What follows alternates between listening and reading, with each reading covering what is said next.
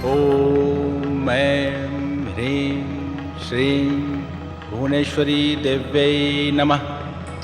ॐ ऐं ह्रीं श्रीं भुवनेश्वरी देव्यै नमः। हे ब्रह्मा जी,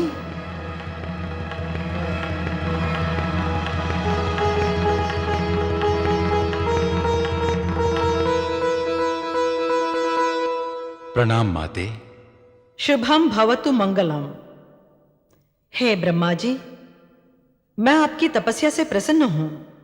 कहो, आपने मेरा क्यों आवाहन किया? मैं आपका क्या प्रिय करूं?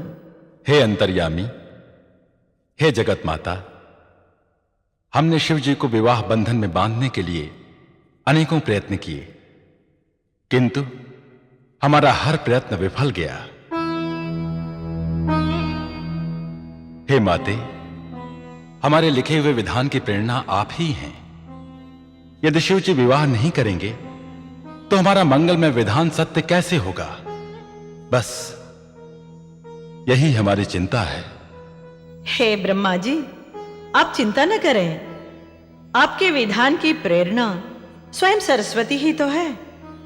आपकी भ्रुकुटी से शिव के प्रकट होते ही उनकी जीवन लीला की जो घटनाएं आपने रची हैं, वो सब घटित होकर रहेगी। परंतु माता, कैसे? शिव जी की समाधि भंग करने मात्र से हमारा कार्य सिद्ध नहीं होता। हमारी दुविधाएं कुछ और भी हैं। हाँ हाँ, कहो। शिव के लिए मैंने जिस शिवा की कल्पना की है, वो तो हमारी सृष्टि की रचना में कहीं भी नहीं है माते, और ना ही मैं उसे रचने में समर्थ हूं। हे ब्रह्मा जी, ये परम सत्य है। हे माते, यदि ये परम सत्य है तो मेरा मार्गदर्शन कीजिए। मैं आपकी शरण में हूं। ब्रह्मा जी, आप क्या भूल गए कि आपने सृष्टि के विस्तार का कार्य प्रजापति दक्ष को सौंपा है? हां, सौंपा तो है माते। प्रजापति दक्ष हमारे आज्ञाकारी पुत्र हैं। ब्रह्मा जी, तो आप दक्ष से जाकर कहिए कि वो एक ऐसी अपूर्व अलौकिक शिव मोहिनी कन्या को पाने के लिए मेरी तपस्या करें, जो शिव जी के अंतर मन में बस जाए। दक्ष प्रजापति की तपस्या से प्रसन्न होकर मैं स्वयं उनकी पत्नी के गर्भ से जन्म लेकर महेश्वर की महेश्वरी बनूंगी। हे माते, आप मेरे भ्रिकुटी से जन्मे शिव की महेश्वरी बनेंगे? आप? हां ब्रह्मा जी, जिस तरह शिव आदि महेश्वर हैं और उन्हीं का दूसरा अवतार यानी कि अंश रूप कैलाशपति शिव हैं, उसी तरह मैं आदिशक्ति, भुवनेश्वरी, महेश्वरी, काली हूं, सरस्वती हूं, लक्ष्मी हूं, मां जगदंबा हूं। हे ब्रह्मा जी, सृष्टि के आरंभ में मैंने अपने अंश से प्रकट करके महालक्ष्मी नारायण को, महासरस्वती आपको और महाकाली महेश्वर को प्रदान की थी। यह स्मरण है ना आपको? हां माते, स्मरण है। और आपकी सृष्टि की मंगल घटनाओं को सत्य करने के लिए मैं साक्षात भुवनेश्वरी, जो स्वयं महाकाली हूं, शिव का वरण करने के लिए दक्ष प्रजापति के घर में अवतार लूंगी। हे ब्रह्मा जी, जाइए और दक्ष को तपस्या करने की आज्ञा दीजिए। जो आज्ञा माता। आपने मेरी चिंताओं का निवारण कर दिया। प्रणाम।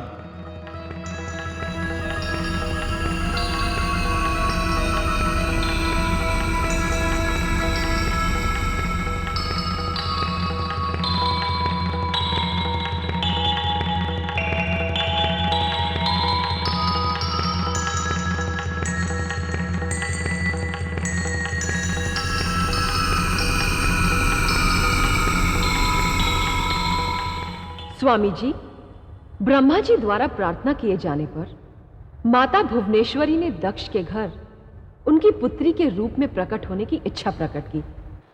इसका मतलब तो यह हुआ कि दक्ष प्रजापति एक बहुत ही महत्वपूर्ण व्यक्ति थे। लेकिन भगवान, मुझे तो दक्ष के बारे में कुछ भी जानकारी नहीं। अगर आप इनके बारे में कुछ प्रकाश डालेंगे तो आपकी बड़ी कृपा होगी। माता के श्रद्धालु भक्तों, दक्ष प्रजापति पौराणिक कथाओं के महानायक हैं, आदि पुरुष हैं, ब्रह्मा जी के 10 मानस पुत्रों में से एक है। हां भक्तों, जब ब्रह्मा जी को संकल्पों से संसार की रचना में अधिक कष्ट होने लगा तो उन्होंने नर नारी के शारीरिक मिलन के द्वारा संसार के विस्तार का विचार किया। जगत पिता ब्रह्मा जी के इस विचार को दक्ष प्रजापति ने पूरा किया अपनी दक्षता के द्वारा। इसीलिए वो प्रजापतियों के अध्यक्ष पद से सम्मानित किए गए। इतना ही नहीं, ब्रह्मपुत्र दक्ष ने यज्ञ कर्म कांडों और उनके मंत्रों को संसार के कण कण में समाहित करके संसार का उत्थान किया, मानव जाति का कल्याण किया। इसी कारण माता भुवनेश्वरी ने उनकी पुत्री के रूप में जन्म लेने की इच्छा प्रकट की ताकि भगवान महादेव को उनके अनुरूप जीवन साथी मिले। और इस प्रकार माता भुवनेश्वरी से प्रेरणा प्राप्त करके ब्रह्मा जी अपने अटल विधान के गौरव की स्थापना के लिए दक्ष प्रजापति के भव्य भवन में पहुंचे। ओम भूर्भुवस्वः तत्सवितुर्वरेण्यं भर्गो देवस्य धीमहि धियो यो नः प्रचोदयात्। ओम भूर्भुवस्वः तत्सवितुर्वरेण्यं भर्गो देवस्य धीमहि धियो यो नः प्रचोदयात्। ओम भूर्भुवस्वः तत्सवितुर्वरेण्यं भर्गो देवस्य धीमहि धियो यो नः प्रचोदयात्। ओम भूर्भुवस्वः तत्सवितुर्वरेण्यं भर्गो देवस्य धीमहि धियो यो नः प्रचोदयात्। ओम शांति शांति शांति।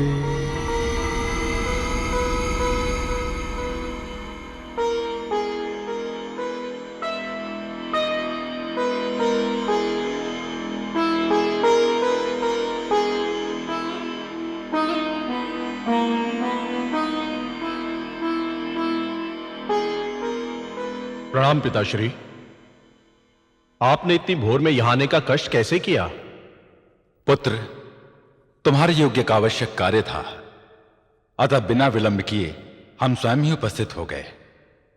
हे पिताश्री, पुत्र को तो पिता का प्रिय करने के लिए सदैव उनकी मुख की ओर निहारते रहना चाहिए। हे तात, आज्ञा दीजिए। आपकी प्रसन्नता के लिए मैं असंभव को भी संभव करने की चेष्टा करूंगा। तुमसे यही आशा थी पुत्र।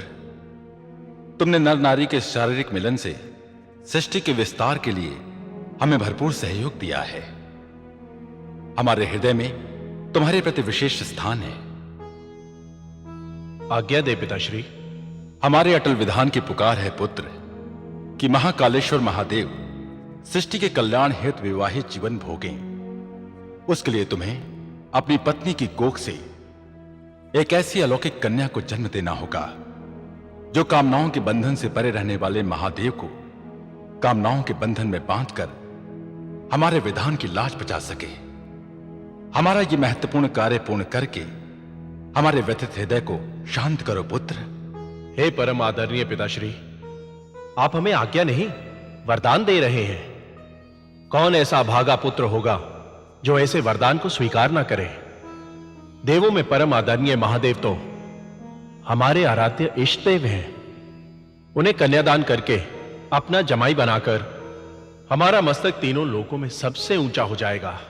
हां पुत्र, हां, यह गौरव शीघ्र प्राप्त करो। इसमें हमारा, तुम्हारा और सारे जगत का कल्याण छिपा हुआ है। परंतु हे पिताश्री, महादेव तो जगत से विरक्त हैं, स्वयं पर ब्रह्म है। तो फिर उनकी समाधि से उनका मन हटाकर उनके हृदय में बस जाए, उनके योग्य ऐसी अलौकिक दिव्य शक्ति भला कौन हो सकती है जो हमें पिता स्वीकार करे और महादेव की अर्धांगिनी बन जाए? तुम्हारे मन में उठने वाले सभी प्रश्नों का समाधान लेकर ही हम यहां आए हैं पुत्र। महादेव महेश्वर के मन को मोहने की शक्ति माता भुवनेश्वरी के अतिरिक्त और किसमें हो सकती है? अतः तुम माता भुवनेश्वरी को पुत्री रूप में प्राप्त करने के लिए उन्हीं का आवाहन करो पुत्र। जगत माता भक्तों का कार्य साधने के लिए पुत्री भी बन सकती है। कल्पना मात्र से ही मन आनंद से भर गया पिताश्री। इस सुखद कल्पना को साकार रूप देने के लिए तुम्हें माता भुवनेश्वरी की आराधना करनी होगी पुत्र। माता भुवनेश्वरी की आराधना हम अपना परम धर्म समझकर आज से ही आरंभ करते हैं। हमें आशीर्वाद दीजिए पिताश्री। हमारा आशीर्वाद तुम्हारे साथ है पुत्र।